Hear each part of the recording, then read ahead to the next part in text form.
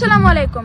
Today I have a message for Bilawal Bhutto Zardari, chairman of Pakistan People's Party and son of the current president of Pakistan, Asif Ali Zardari. My name is Aslan and I am from district Pattagram in Khyber Pakhtunkhwa and I am currently living in Australia. Mr. Bilawal, from the past 30 years, your party has been governing the province of Sindh. And yet, in this very province, there is a place called Kashmir, a place that has now become known for horrifying crimes. Innocent people, especially from our northern areas, are being abducted and taken away there. These victims are often poor and powerless. They are held hostage and their families are forced to pay ransom money. This is not just a crime, it's a complete failure of justice, humanity and governance. I find it shocking that such a situation is allowed to exist in a province where your party holds power and responsibility. How can a government stay silent when the criminal openly use its land